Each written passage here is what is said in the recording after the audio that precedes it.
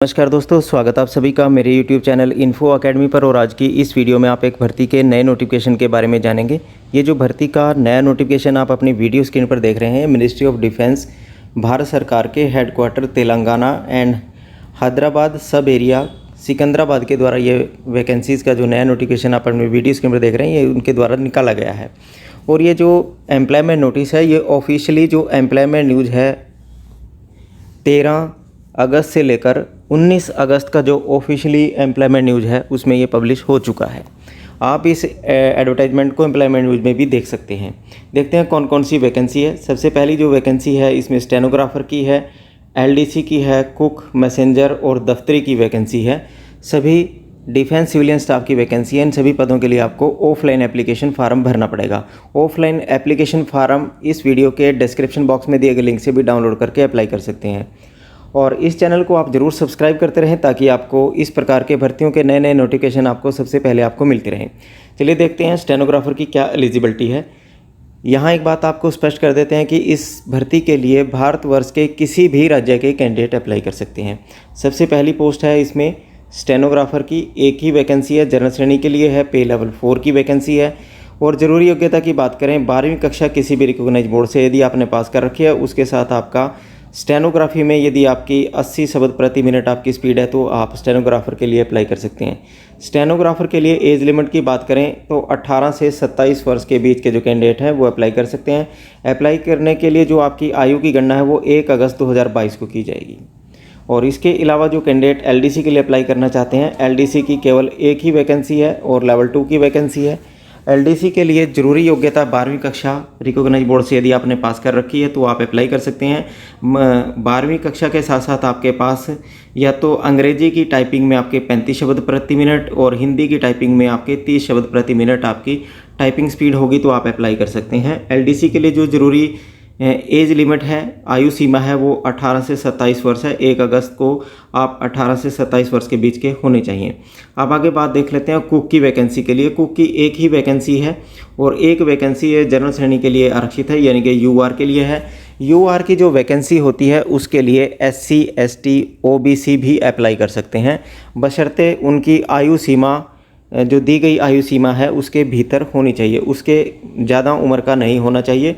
Cook के लिए 12वीं कक्षा रखी गई है यहाँ क्वालिफिकेशन और 2 वर्ष का एक्सपीरियंस आपका किस एक्सपीरियंस होना चाहिए रिकॉग्नाइज ऑर्गेनाइजेशन में, और या आपके पास आईटीआई का सर्टिफिकेट आपके पास हो कुक में, और आईटीआई के साथ आपका 2 वर्ष का अनुभव होना चाहिए।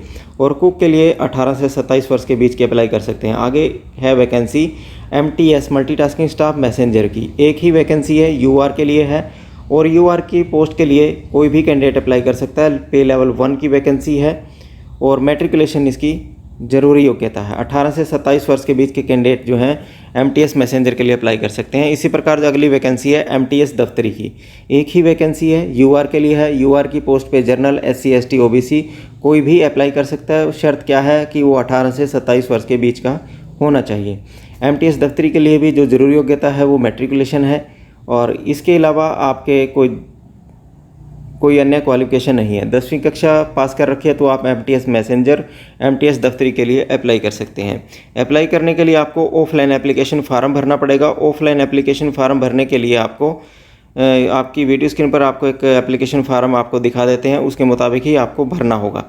या तो आप इसको A4 साइज़ की शीट के ऊपर प्रिंट आउट लेकर और उसको अप्लाई कर सकते हैं और पूर्ण रूप से भर के 30 दिन के भीतर आपको अप्लाई करना होगा। यानी कि ये जो एडवर्टाइजमेंट है ये 13 अगस्त 2022 को पब्लिश हुई है, तो इस हिसाब से 11 सितंबर 2022 इस भर्ती की अंतिम तारीख होगी। एप्लीकेशन सबमिट करने का जो पता है वो एक बार आप नोट कर लें। एप्लीकेशन सबमिट आपको हेडक्वार्टर तेलंगाना आंध्र प्रदेश एरिया सब एरिया बोलाराम पोस्ट सिकंदराबाद 500010 के पते पर आपने 30 दिन के भीतर अपना एप्लीकेशन फार्म भेज देना है। और जो आपने एप्लीकेशन फार्म भेजना है वो साधारण डाक के माध्यम से भेजना होगा, रजिस्टर्ड डाक के माध्यम से नहीं भेजना है। ये इस बात का विशेष ध्यान रखें। और अब देख लेते हैं कि इस भर्ती के लिए एप्लीकेशन फार्म किस प्रकार से आपने भरना है। ये एप्लीकेशन फार्म आपको सिंपल सा एप्लीकेशन फार्म है, स्टेनोग्राफर का अलग से दे रखा है और सारे जो कॉलम है वो आपने कैपिटल लेटर्स में भरनी होगी। ये एलडीसी का फार्म है अगले पेज के ऊपर, और इससे अगले पेज के ऊपर आपको कुका, और इससे अगले पेज के ऊपर आपको एमटीएस मैसेंजर का, और उससे अगले पेज के ऊपर आपको एमटीएस दफ्तरी का फार्म मिल जाएगा। जिस भी पोस्ट के लिए आप अप्लाई करना चाहते हैं उसी पोस्ट का फार्म आप निकाल कर अप्लाई कर सकते हैं। यदि आप सभी पदों के लिए अप्लाई करना है तो सभी पदों के लिए आपको अलग अलग आवेदन फार्म भरना होगा। सभी में आपने कैपिटल लेटर्स में सभी कॉलम पूर्ण करने हैं। पोस्ट का नाम सबसे पहले ऊपर लिखा गया है। नेम ऑफ द कैंडिडेट में कैंडिडेट अपना नाम लिखेगा, फादर नेम में अपना फादर नेम, और किस कैटेगरी से बिलोंग करता है candidate, SC ST OBC, ex serviceman, physically handicapped, वो जरूर लिखें। डेट ऑफ बर्थ लिखें। एज कितनी है 1 अगस्त 2022 को। नेशनलिटी में सभी कैंडिडेट इंडियन लिखेंगे। सेक्स में मेल और फीमेल में बताएंगे कि आप मेल हैं या फीमेल है। एजुकेशन क्वालिफिकेशन में आप अपना विवरण दे सकते हैं। यदि आपका कोई एक्सपीरियंस है वो बताएं। प्रेजेंट पोस्टल एड्रेस और फॉर कम्युनिकेशन और परमानेंट एड्रेस में आपने अपना हाउस नंबर, विलेज का नाम, तहसील का नाम, डिस्ट्रिक्ट, स्टेट, पिन कोड इत्यादि लिखकर पूरा करना है। पॉइंट नंबर 12 में कोई एडिशनल इन्फॉर्मेशन है वो लिखेंगे। पॉइंट नंबर 13 में एम्प्लॉयमेंट कार्ड नंबर, यदि आपने किसी एम्प्लॉयमेंट एक्सचेंज में अपना यदि नाम दर्ज करा रखा है तो उसका नंबर और कहाँ आपने दर्ज करा रखा है वो जरूर लिखें। पॉइंट नंबर 14 के ऊपर मोबाइल नंबर, 15 के ऊपर ईमेल आईडी आपने लिखना है। पॉइंट नंबर 16 के ऊपर आपने लिखना है कि डोमिसाइल, आप किस स्टेट के डोमिसाइल हैं, किस स्टेट के आप डोमिसाइल है वो आपने ज़रूर लिखना है। पॉइंट नंबर 17 के ऊपर आपने जो इन्फॉर्मेशन आपने सीरियल नंबर 3, 4, 5, 6, 7, 8 और 16 के ऊपर दी है उसका आपने कोई डॉक्यूमेंट्री प्रूफ जरूर लगाना है। इसके नीचे डिक्लेरेशन है, प्लेस डेट के आगे आपने प्लेस और डेट लिखकर सिग्नेचर ऑफ एप्लीकेंट में आपने सिग्नेचर लिखने हैं। इनक्लोजर के आपने नीचे एक लिस्ट लिख देनी है कि आप इस एप्लीकेशन फार्म के साथ 10वीं का, 12वीं का, ग्रेजुएशन का, डोमिसाइल या कैटेगरी का सर्टिफिकेट जो भी आप अटैच कर रहे हैं उनकी एक लिस्ट बनाकर आप यहाँ टोटल नंबर ऑफ़ सीट भी यहाँ लिख सकते हैं। इस प्रकार आप इस एप्लीकेशन फार्म को भर के इस भर्ती के लिए अप्लाई कर सकते हैं। और भर्ती के लिए जो आपने अपना एप्लीकेशन फार्म भेजना है वो केवल साधारण डाक के माध्यम से आप अपना एप्लीकेशन फार्म भेज सकते हैं। एप्लीकेशन फार्म भेजने का पता आपको आपके वीडियो का डिस्क्रिप्शन बॉक्स में भी मिल जाएगा, और यहाँ आपकी वीडियो स्क्रीन पर भी आप दिखाई पड़ रहा होगा।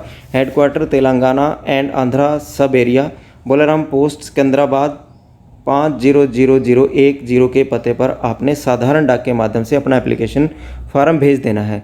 इस प्रकार के जॉब के नए नए नोटिफिकेशन प्राप्त करने के लिए आप इस चैनल को ज़रूर सब्सक्राइब करते रहें, वीडियो को लाइक व शेयर ज़रूर करते रहें। धन्यवाद।